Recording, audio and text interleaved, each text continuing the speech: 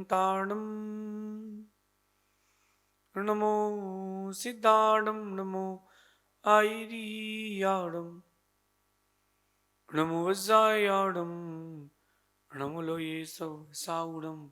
पंच परमेष्टि भगवंतों की, गणाचार्य भगवान विराग सागर जी महामुनराज की, पट्टाचार्य भगवान गुरुवर विशुद्ध सागर जी महाराज की।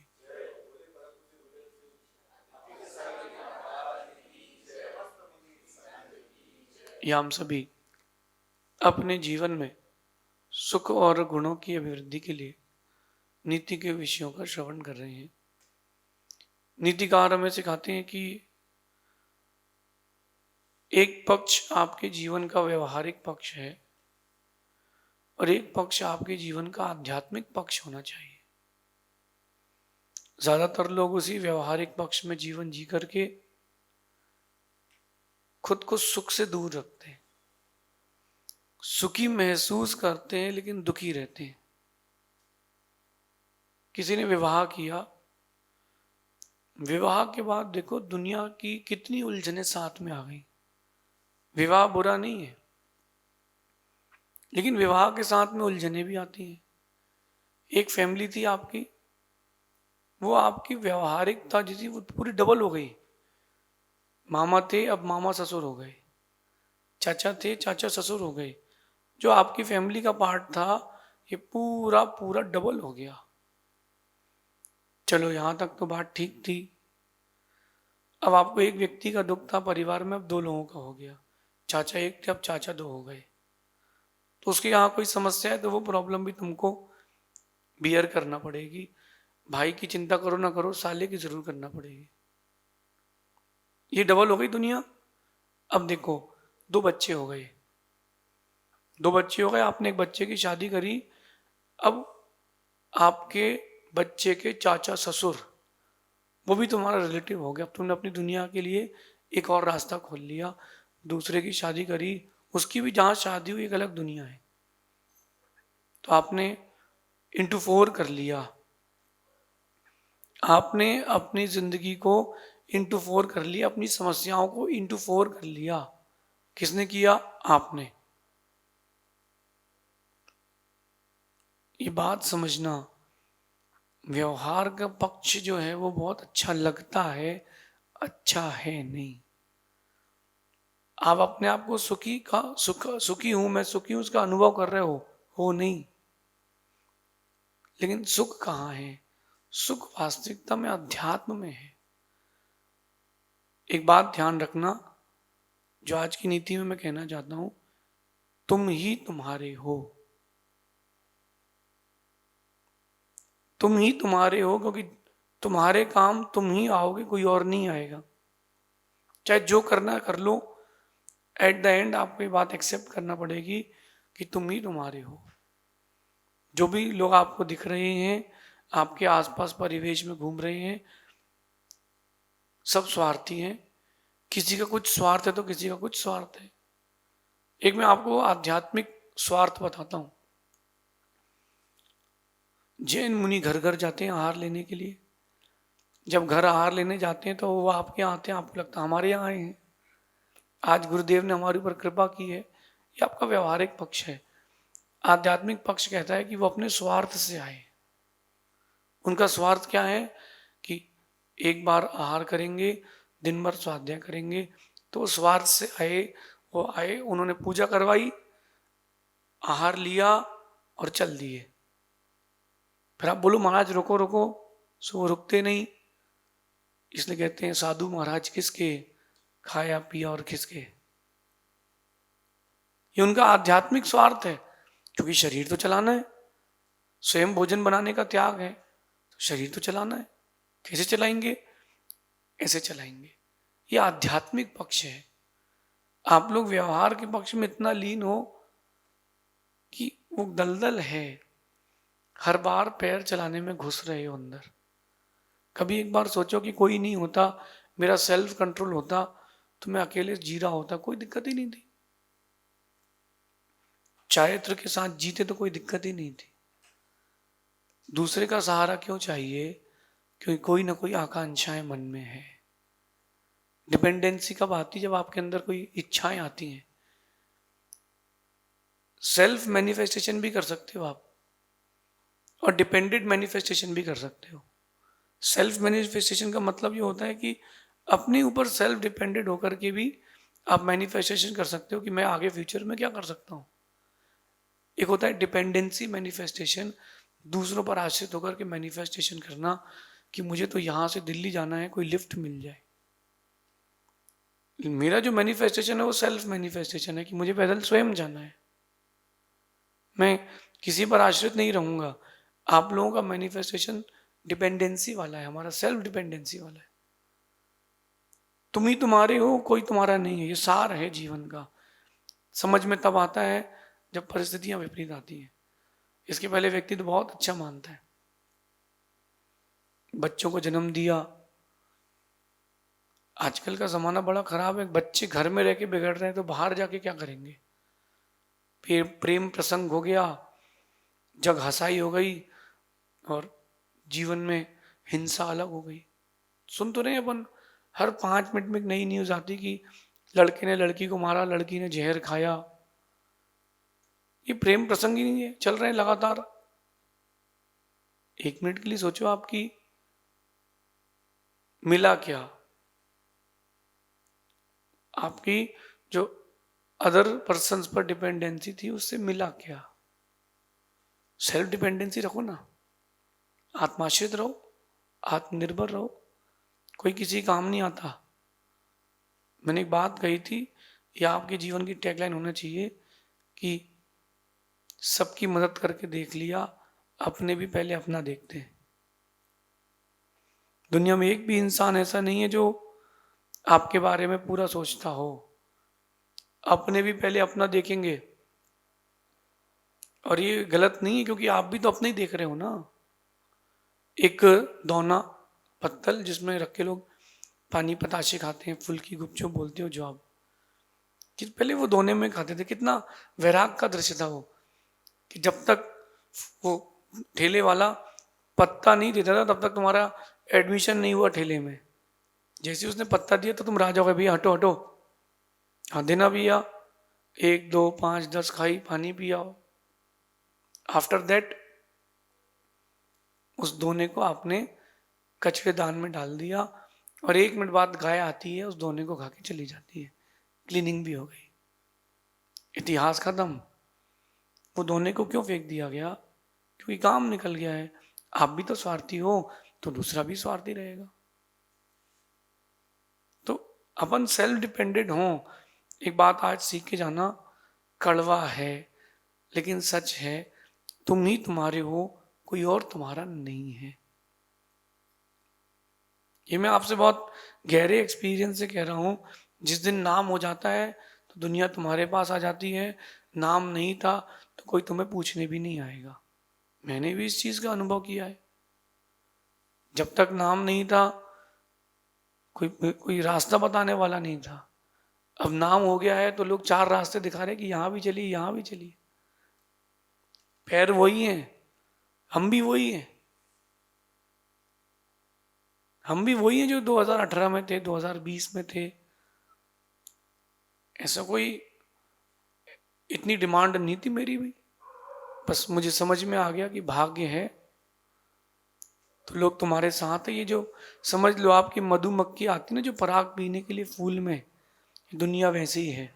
जब तक पराग है तब तक तो वो तुमसे जुड़ी रहेगी। पराग खत्म, तुम मुरझाओ कि झड़ जाओ, किसी को कोई फर्क नहीं पड़ता। ये बात सुनने में तो बहुत अच्छी लग रही है, लेकिन जीवन उतारने में बहुत कठिन है, क्योंकि वहां पर अपना मैनिफेस्टेशन अदर डिपेंडेंसी पे चला जाता है। एक दृश्य मैंने देखा, वो मैं आपके साथ साझा करता हूं। मेरा चातुर्मास था कोटा में, तो जिस सीढ़ी से मैं उतरता था वहां एक कबूतर ने घोंसला बनाना चालू किया। लोग तो आते जाते थे, लेकिन मैं उस चीज को गौर से देखा। वो आता, एक लकड़ी लेकर के आता। तो एक दिन क्या किया मैंने कि किसी बच्चे को बोल करके वहां लकड़ी और भूसा रखवा दिया घास का, कि वो अपने जमा ले, बना ले भाई, कहाँ परेशान होगा, कहाँ कहाँ ढूंढ के लाएगा। उसने वो पूरा नीचे गिरा दिया। उसने वो पूरा नीचे गिरा दिया और अपनी लकड़ी ला करके उसने घर बनाया। मैंने कहा वाह यार, ये तो कबूतर कितना सेल्फ डिपेंडेंट आदमी है, कितना सेल्फ डिपेंडेंट व्यक्तित्व है कि दूसरे पर मकान पर नहीं, अपने खुद के मकान बनाऊंगा। थोड़े दिन बाद, लगभग 15 दिन बाद देखा मैंने कि वो कबूतरी अंडे को के ऊपर बैठी थी। इस बीच का हिस्सा देखना, घोंसला बनने के बाद से और अंडा देने के बीच का एक समय था जो कुछ समय के लिए वो अपना सेल्फ कंट्रोल खोए और 1 मिनट का इंद्रिय सुख, 30 सेकंड का इंद्रिय सुख वो भोग में लगे। 30 सेकंड का इंद्रिय सुख लिया, एक अंडा दिया कबूतरी ने। अब यहां से झंझट चालू हो गई। अंडा दे दिया, 30 सेकंड कंट्रोल नहीं कर पाया कबूतरी खुद को, उन्होंने एक अंडा दे दिया। अंडा दिया, उस 1 महीने तक उस अंडे को सहती रही। कोई एक बिल्ली निकली तो डर गया बेचारा, कहीं बिल्ली ना खा जाए मेरा। तो एक दिन बिल्ली को भगाया बच्चों ने वहां से, उसने बच्चे से, अंडे से बच्चा निकल गया उसके। अब वो ओढ़ ओढ़ के जाए, कहीं से कीड़े मारे, कहीं से दाना लाए, उस कबूतर के बच्चे को खिलाए। देखते जाना भी आप, खिलाते गई खिलाते गई खिलाते गई। वो बच्चा लगभग 2 महीने का हो गया, अच्छा बड़ा हो गया, लेकिन फिर भी उसके ऊपर वो बैठी रही, क्योंकि उड़ नहीं सकता ना भी ये। लगभग 3 महीने का प्रोसेस पूरा हुआ और वो कबूतर का बच्चा उड़ गया। कबूतर कबूतरी वहीं बैठे रह गए। 30 सेकंड अगर सेल्फ कंट्रोल रखते, 30 सेकेंड्स, तो ये 3 महीने 100 दिन उसके खराब नहीं होते। वो स्वतंत्र आकाश में उड़ सकता था। अब एक उड़ता था, एक रुकता था। आप लोगों की भी यही कहानी है। 30 मिनट का सेल्फ कंट्रोल आपको भटकने से बचा सकता है। एक मानव ने गर्भ धारण किया और 9 महीने तक बच्चे को संभालो, जन्म के बाद 30 साल तक संभालो। फिर आखिरी वो कहता कि अपने काम से काम रखो, हमको डिस्टर्ब नहीं करना, हमको आता है।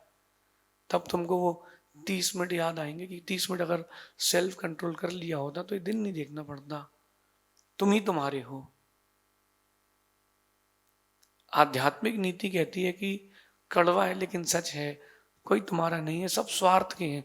आप भी तो स्वार्थ से जुड़े हो ना, आप भी किसी न किसी स्वार्थ से जुड़े हो। इसलिए मैं कहता हूं कि आईने की तरह जीवन जियो, सबसे मिलो, लेकिन जोड़ना किसी को नहीं। आईने का जीना भी लाजवाब है। आईने का जीवन कभी देखा आप लोगों ने? मतलब मेरे हिसाब से, और उससे आध्यात्मिक पक्ष कोई नहीं होगा। आईने का जीवन भी लाजवाब है, जिसमें स्वागत तो सबका है लेकिन संग्रह किसी का नहीं है। यही आध्यात्मिकता आपको अपने जीवन में रखना चाहिए कि लोग आए, कि लोग आपके जीवन में आए, स्वागत करो उनका, लेकिन संग्रह किसी का मत करो। आए और जाएं। जहां तुमने संग्रह कर लिया वहां से दुख चालू हो जाएगा। जो भी जीवन में आपके आता है ना, सबसे पहले एक अट्रैक्शन होता है। अगर वो अट्रैक्शन आध्यात्मिक है, जीव को देख रहे हो तो ठीक है। जहां आप जीव के अंदर गए तो जीना मुश्किल हो जाएगा, क्योंकि वो पुरानी स्मृतियां तुमको अंदर अंदर खाएंगी खाएंगी। मैं एक बात बताता हूं। दो व्यक्ति गांव में रहते थे, अड़ोसी पड़ोसी कभी नहीं बनती थी। एक सुनार था, उसने क्या किया, केमिकल आता था, उसने पानी में घोला और एक कपड़ा उसमें डाल करके उसकी, पहले टीन के घर होते थे, टीन के घर में 3-4 जगह कपड़े फेंक दिए। 15 दिन बाद वो टीन का उतना हिस्सा खत्म हो गया। बेचारे ने पूरा टीन लगाया। मैंने दृश्य देखा है, और दृश्य को यहाँ क्यों बता रहा हूं, जब आप किसी से राग करते हो ना, ऐसे ही धीरे धीरे धीरे धीरे धीरे धीरे आप गलना चालू कर देते हो। और एक बार उससे अट्रैक्शन हो गया तो फिर वो अपने हिसाब से चलाता है। जिंदगी भर उससे आंख मिलाने के पहले एक बार आंख झुकाना पड़ेगी। इसलिए तुम ही तुम्हारे हो, इस बात को भूलना नहीं, और आईने की तरह जीवन जीना प्रारंभ करना। वेलकम एवरीबडी, सबका स्वागत करो। मगर संग्रह किसी का नहीं करना, क्योंकि सिर्फ तुम ही तुम्हारे हो। आपने जहां संग्रह किया है वहां से आपको बुरे दिनों को फेस करना पड़ेगा। आप लोग सब अपना अपना जीवन का अनुभव देख लो। शादी के 10 साल बाद ये रियलाइज होता है कि नहीं करना चाहिए था। मैं पुरुष की बात नहीं कर रहा हूं, इसमें स्त्री भी है, कि नहीं करते तो भी ठीक था यार, अपन चल जाता काम, जिंदगी अच्छी निकल जाती। चलो कोई बात नहीं, अब आपने संग्रह भी कर लिया है, अब क्या करें महाराज जी? एक्सीडेंट तो हो गया, अब ये इंसिडेंट भी हो गया, अब क्या करें? अब दुखी ना हो, अब उसको मेंटेन करें, रहें घर में, लेकिन वैराग्य के साथ रहें, आध्यात्मिक बन के रहें, सबके साथ रहें, स्वागत सबका करें, लेकिन अपना किसी को मत मानना, संग्रह किसी का मत करना। ये माइंड में सेट रखना कि कभी भी मुझे अपसेट कर सकते हैं ये लोग, कभी भी मुझे अपसेट कर देंगे, क्योंकि जब तक मैं स्वार्थ की पूर्ति करूंगा तब तक मैं इनका हूं। बच्चे को देखना, बच्चे की भाषा बदल जाती है। नॉर्मली वो पापा पापा करेगा, जो कुछ चीज चाहिए होगी तो पापा, देवी बोलेगी हाँ आ जाओ, ये भाई गेट खोल दो पापा हैं। जब कुछ काम होगा तो अरे आज आप लेट आए हो, मतलब चाकू में धार हो रही, आज शहीद होना है, सीधा पूछ लो क्या काम है। ये नीति ध्यान रखना। मैं आपको इसके लिए एक उपाय बताता हूं कि सभी से मिलो, सभी से मिलो और सभी को जोड़ो, लेकिन किसी से जुड़ना मत। क्योंकि अब आप इस फेस में हो कि विवाह कर चुके हो, दुनिया बसा चुके हो, दुनिया आपकी 6 गुनी 8 गुनी 10 गुनी हो गई है, तो सबसे मिल लो, क्योंकि व्यवहार निभाना पड़ेगा, तुमने इतना विस्तार किया है। और सभी को जोड़ भी लो, उनको लगना चाहिए कि मैं जुड़ गया हूं, लेकिन किसी से जुड़ो मत। आप सब मेरे पास आते हो, बहुत सारे लोग नीति क्लास सुनते हैं, उनका एक जुड़ाव होता है मुझसे, लेकिन मेरा जुड़ाव किसी से नहीं है। आप लोग इस गलत फहमी में हो कि मैं आपका हूं, मैं आपका नहीं हूं। आपको लगता है गुरुजी मेरे हैं, तो वो तुम्हारी दृष्टि से है, मेरी दृष्टि से मैं मेरा हूं। तो मिलो सबसे, नहीं मिलोगे तो लोग बोलेंगे एटीट्यूड में पैसे वाला हो गया है, आजकल देखते ही नहीं है। तो मिलो सबसे, लेकिन किसी से जुड़ना नहीं है, लोगों को जुड़ने दो। लोग जुड़ेंगे ना तो कोई प्रॉब्लम नहीं है, तुम अगर लोगों से जुड़ गए तो प्रॉब्लम है। और जहां आप जुड़े, जहां आप किसी थर्ड पर्सन से अट्रैक्ट हुए, बस वहीं लाइफ आपकी डिस्ट्रॉय हो जाएगी, वहीं से आपकी लाइफ स्पॉइल हो जाएगी। ये नीति आध्यात्मिक है लेकिन काम की है, कड़वा है लेकिन सच है, तुम ही तुम्हारे हो। आज नहीं तो कल ये बात आपको रियलाइज जरूर होगी, और जल्दी रियलाइज हो जाए ज्यादा अच्छा है। आप सभी इस नीति को जीवन में उतारना। वक्त कम है, समस्याएं ज्यादा हैं, आईने की तरह लाजवाब जीवन जियो, स्वागत सबका करो, संग्रह किसी का मत करना। शेष आगे देखेंगे। भगवान महावीर स्वामी की